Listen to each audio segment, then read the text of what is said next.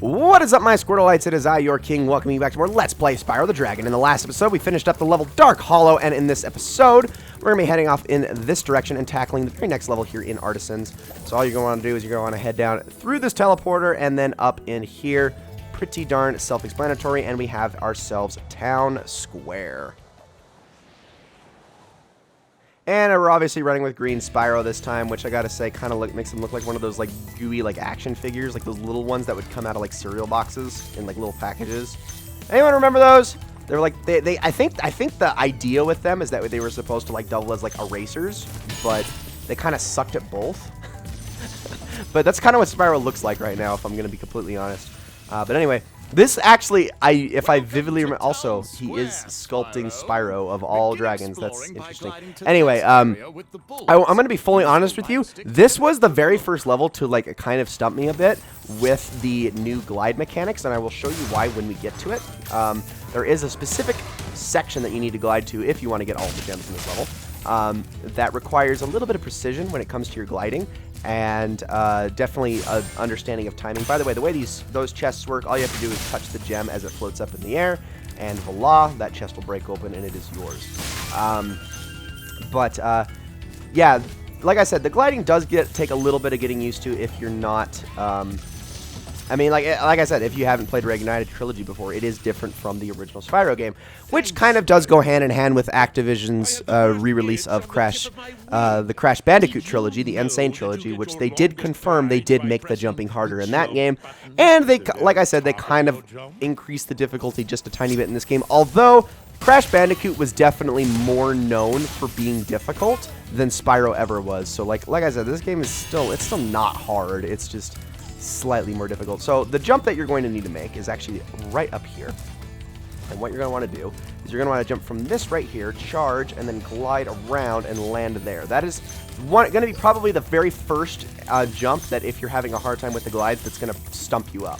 But once you can get that, sir, oh, you son of a gun.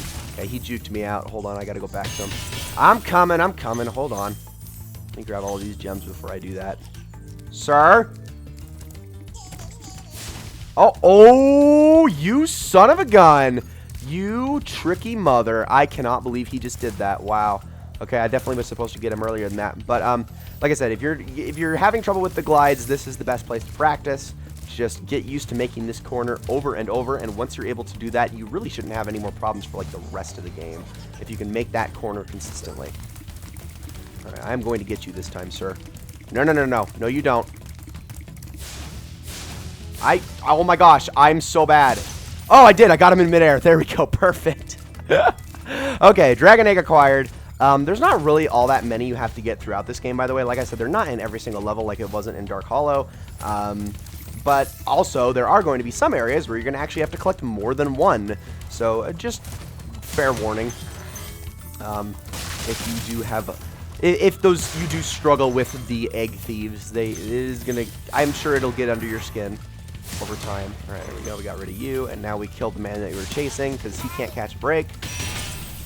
Get all those gems. We're actually getting pretty darn close to the max, which I do believe is 200. Let's rescue this dragon, and then as you can see, we do have one more to get before we are done with this place.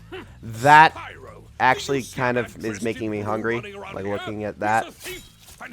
Like, I think it's more so the suggestion of it rather than the actual appearance of it.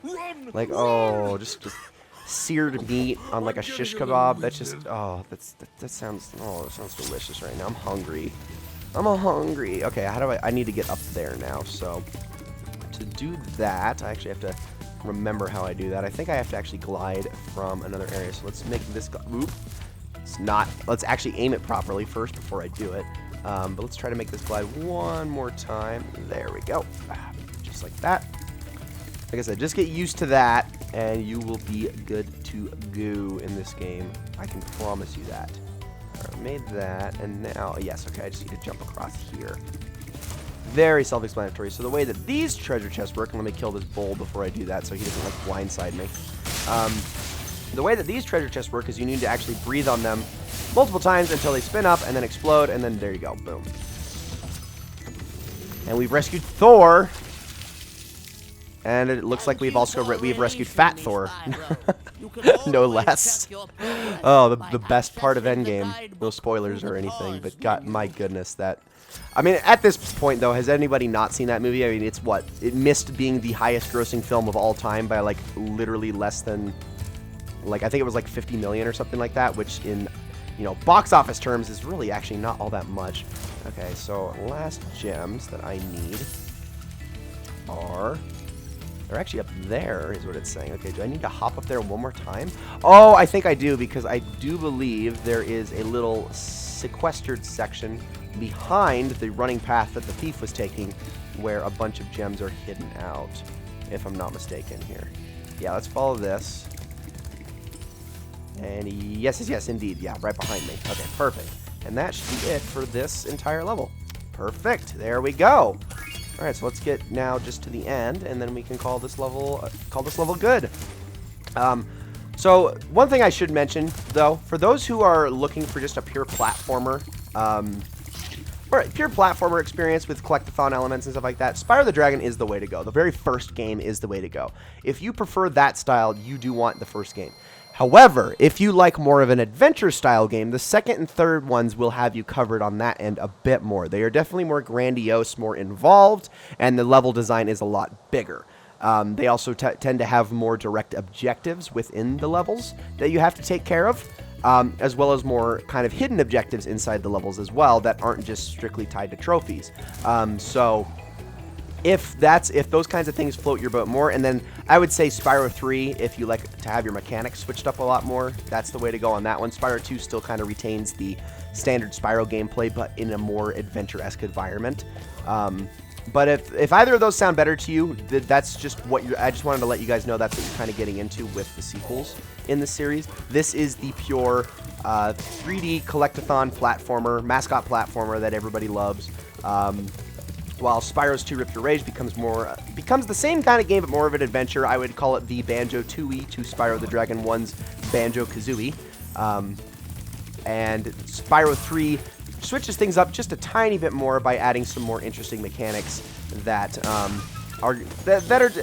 you may like, you may not like. It's all up to personal preference, but they definitely do make the adventure a lot more exciting and a lot more, I suppose, they fill it more with variety.